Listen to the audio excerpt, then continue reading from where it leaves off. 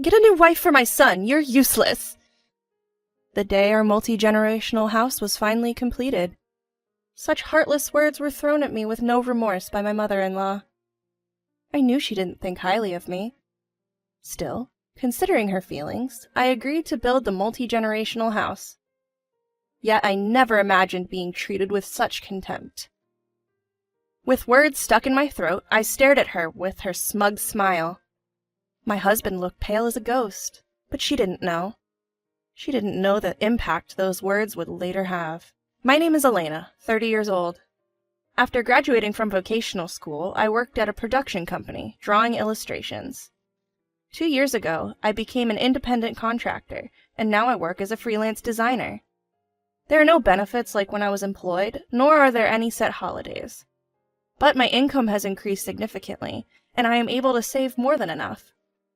My husband, Camille, who I married 3 years ago, has been my biggest supporter. He was the one that pushed me when I was contemplating becoming independent. Elena, I believe you can be successful even on your own, he said.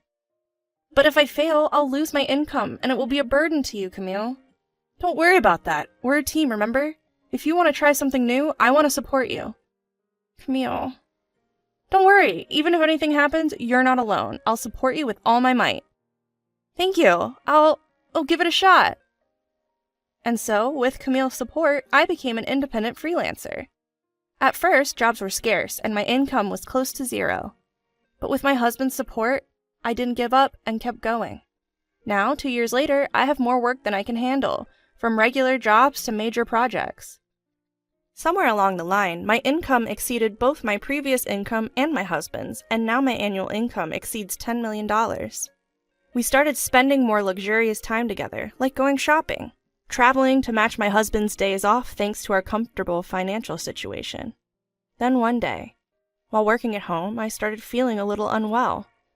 When the discomfort didn't subside after a few days, I went to the doctor, and to my surprise, I was pregnant. I went home and nervously awaited my husband's return. In the evening, as usual, he came home and I immediately brought up the topic. Hey, Camille, you know I haven't been feeling well lately, right? So I went to the hospital today. Oh, right. I'm sorry I couldn't go with you. Are you okay? Yeah, and actually, I'm pregnant. Huh? You're pregnant? He stared at me with wide eyes. Surprised, his bag slipped from his hand and asked, Really? With a big smile, I nodded. Seeing my response, Camille hugged me tightly. Thank you.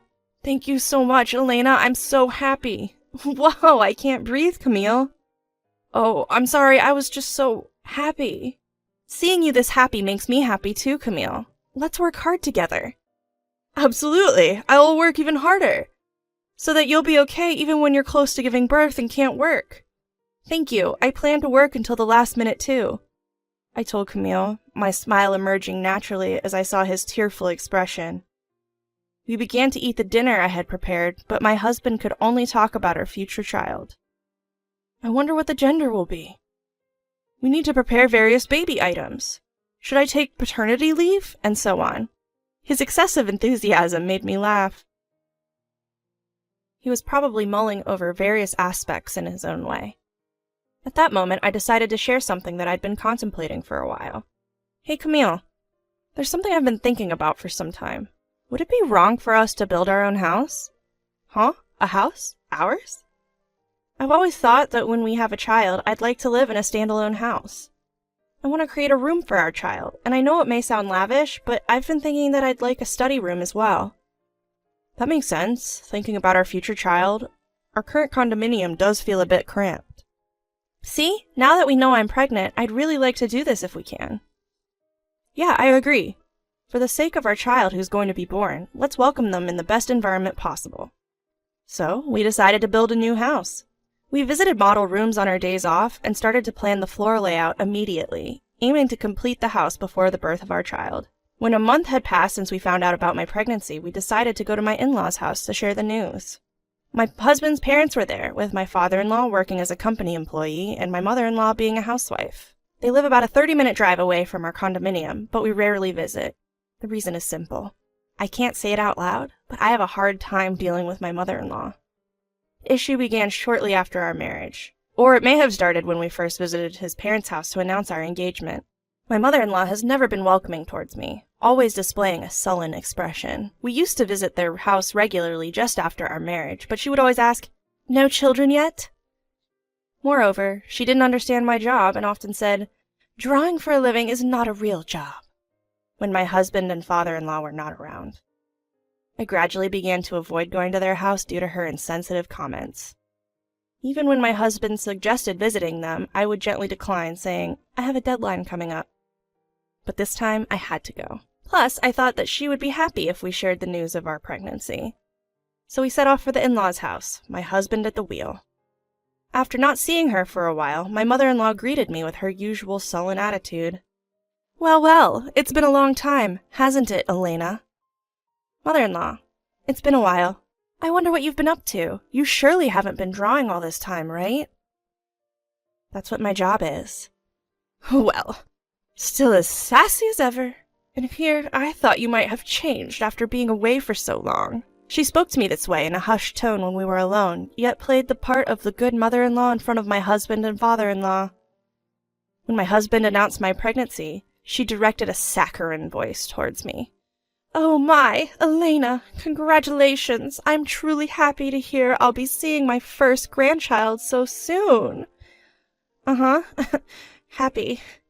Is the baby a boy or a girl?" "No, it's still too early to tell."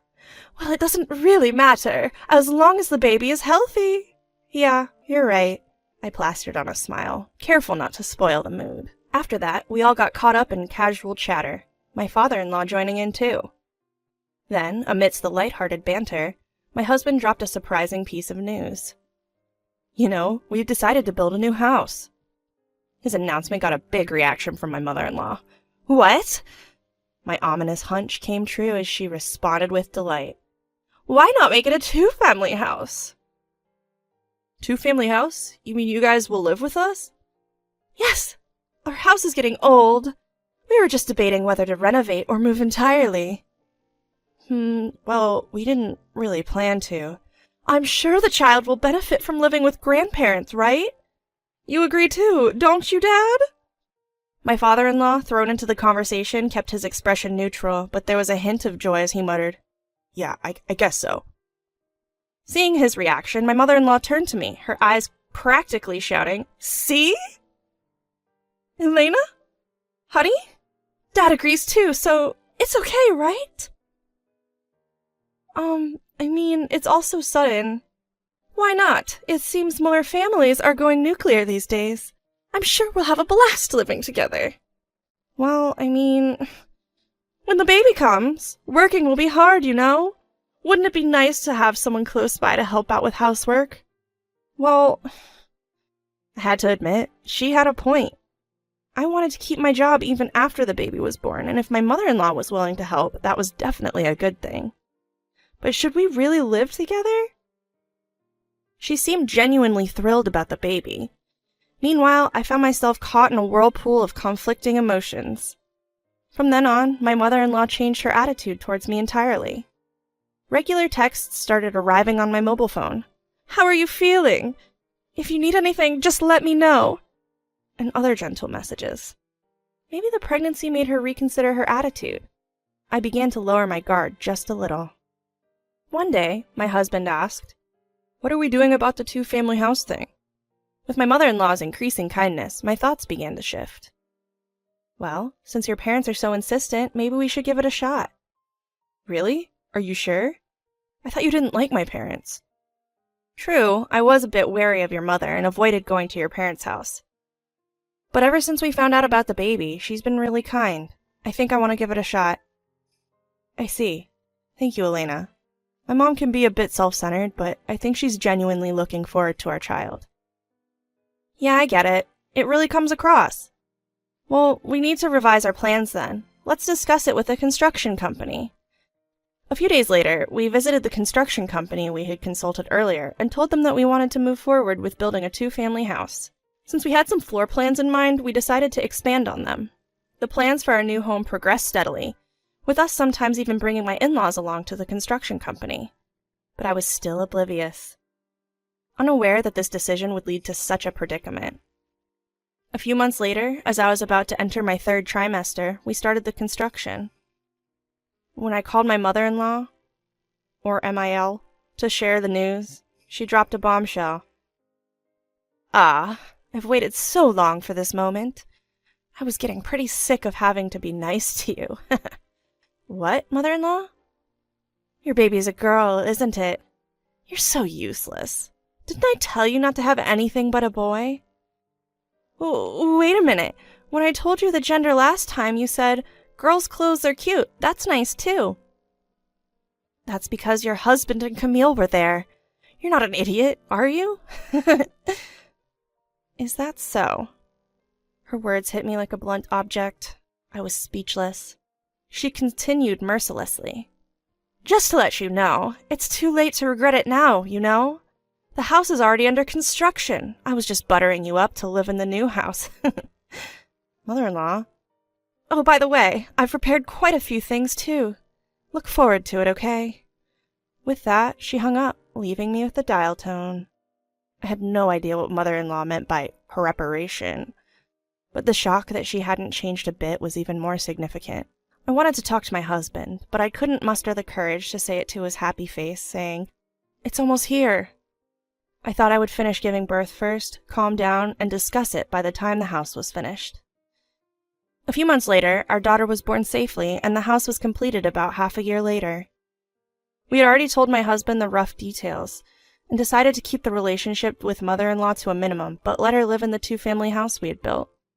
However, on the handover day, mother-in-law, who was swollen with anticipation, said to me, "Finally, this moment has come. Elena, thank you for your hard work. Now you're on your own. Good luck with your job and childcare." Excuse me, mother-in-law? Not just me, but my husband and father-in-law, who were present, were also at a loss for words. Thinking the house was built so anything would do, mother-in-law continued to utter ruthless words. "I'm sure you know, but I hate a charmless bride like you. If you understand, why don't you just leave with that child?" Wait a minute, what are you saying? "I've found a new bride for my son. Divorce your incompetent husband." "A new bride?" "I've asked everyone I know who has a daughter. I looked for a docile child among them. I think she will be quiet and become a housewife, as I say." At that moment, something inside me crumbled with a crash. A new bride? You've got to be kidding. I was thinking about forgetting everything that had happened so far and allowing her to live with us. Enough. I'm going to kick her out.